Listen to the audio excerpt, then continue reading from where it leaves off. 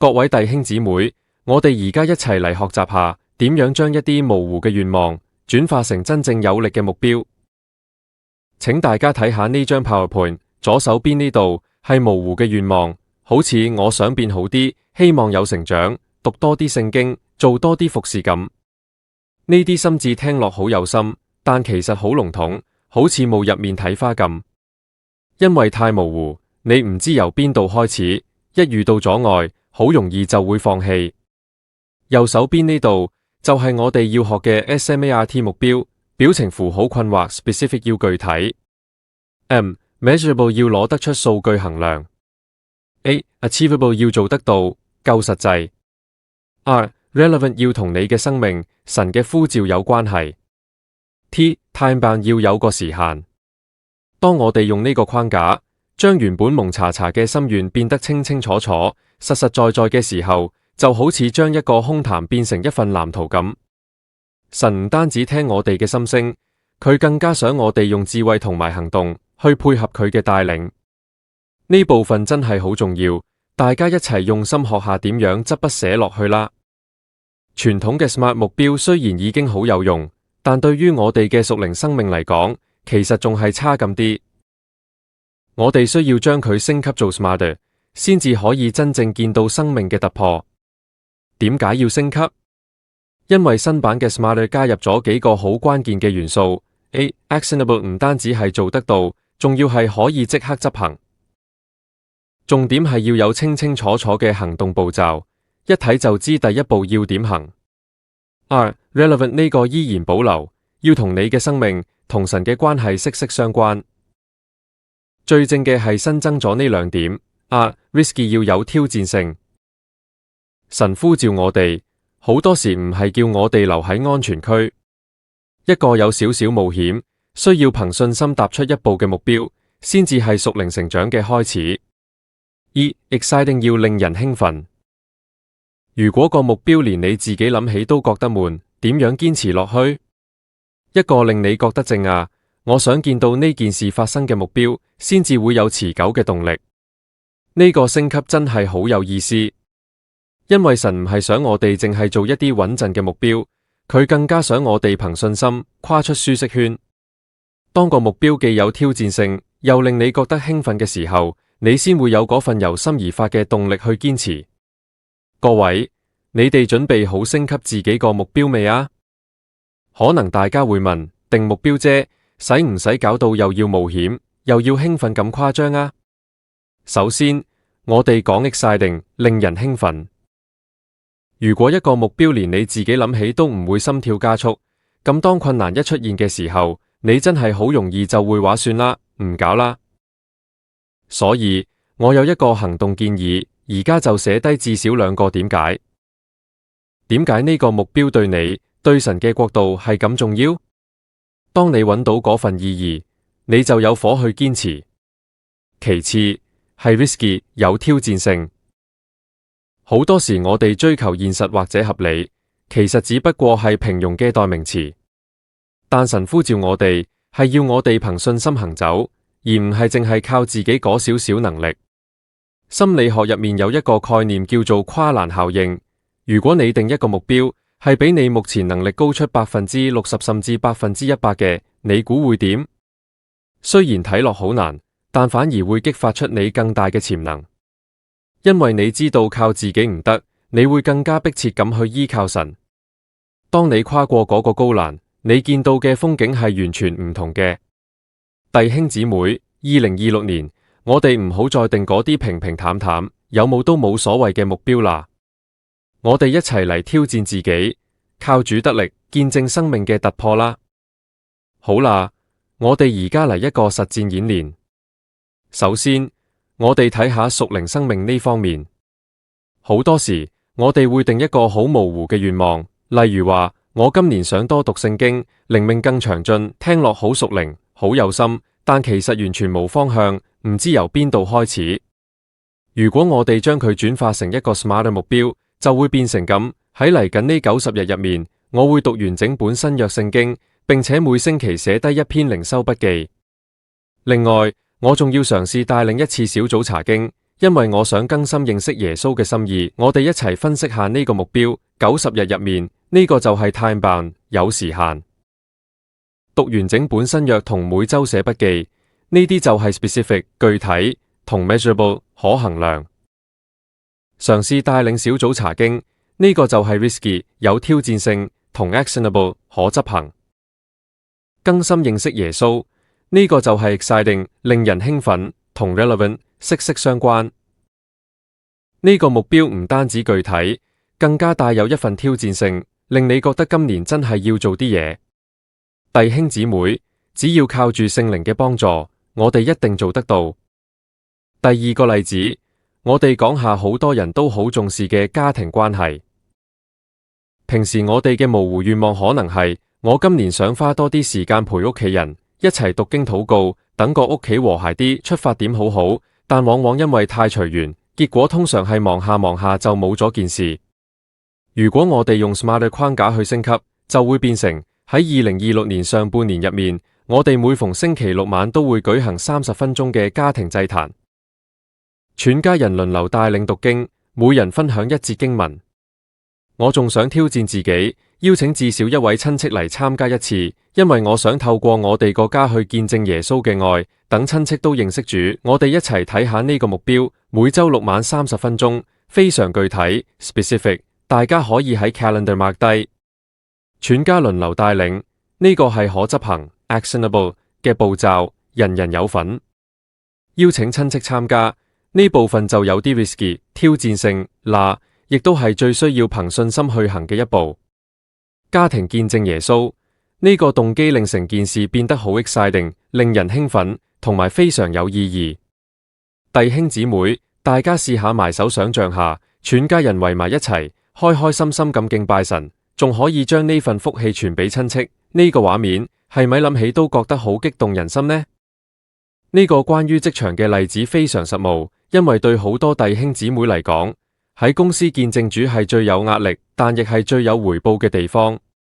我幫你將佢修飾得更貼地，更有戰友一齊衝嘅感覺。實戰演練，職場上的福音禾場。第三個例子，我哋講下大家每日花最多時間嘅地方，職場。平時我哋嘅模糊願望係，我今年想喺公司做個好見證，做個基督徒榜樣，關心多啲同事，呢份心志好好。但如果無具體計劃，反到公司一忙起上嚟，好容易就變反隱形基督徒。我哋試下將佢變做 SMART 目標。由2月開始，我每個月至少會主動關心一位同事，透過一齊食 lunch 或者飲杯咖啡嘅時間，分享我嘅信仰經歷，或者嘗試問下可唔可以為佢哋嘅難處禱告。而且我目標喺6個月內，勇敢咁邀請一位同事參加團契或者教會聚會，因為我想將我嘅辦公室變成福音嘅禾場。榮耀神，我哋嚟分析下呢個計劃，每個月至少一位，有清楚嘅頻率 measurable。 食 lunch 或飲咖啡係好具體做得到嘅行動 actionable。 邀請同事返教會，呢個絕對係 risky 挑戰性，亦係最需要勇氣嘅一步。將職場變成禾場，呢個遠像令份工唔再只係一份工，而係變得好 exciting， 令人興奮。弟兄姊妹，我想同大家講，職場唔單止係一個揾食嘅地方，佢更加係神託付俾你，要你發光發亮嘅禾場。除咗 SMART 之外，我仲想介紹一個以信心為核心嘅框架俾大家，就係 FAITH。呢個框架可以幫助我哋將目標定得更加以神為中心，而唔係單靠自己努力。我哋一齊睇下 F，Focus， 專注，就好似保羅所講，我只有一件事。我哋唔需要貪心做100樣嘢，而係要揾出嗰件對神嚟講最重要嘅事去專注。Audacious， 大膽。一個真正嘅信心目標係需要膽量嘅，你要有一份倚靠神，敢於踏出一步嘅勇氣，去挑戰一啲你自己做唔到嘅事。Inspiring， 激勵。目標唔係冷冰冰嘅數字，而係要連結到神國度更大嘅異象，令你諗起都會覺得熱血沸騰。Transforming， 轉化。我哋唔單止係想完成件事，更加係想喺過程入面等神去轉化我哋嘅生命同價值觀。Hopeful， 盼望。呢點好重要。基督徒嘅計劃係充滿盼望嘅，就算中間有失敗、有跌倒，我哋都知道有神嘅恩典喺度，可以隨時重新開始。呢個 FAITH 框架可以補充，甚至取代一般嘅目標訂立方法。佢提醒我哋，目標嘅成就唔係靠我哋嘅勢力或者才能，而係靠神嘅靈方能成事。各位弟兄姊妹，我哋一齊嚟試下用呢份信心去訂立我哋2026年嘅計劃啦。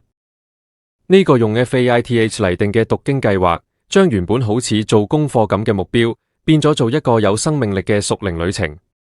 我幫你修飾得更流暢、更入心。F， 我要將每日嘅讀經加祈禱定為我全日最重要嘅事，唔俾其他雜務干擾呢段神聖嘅時間。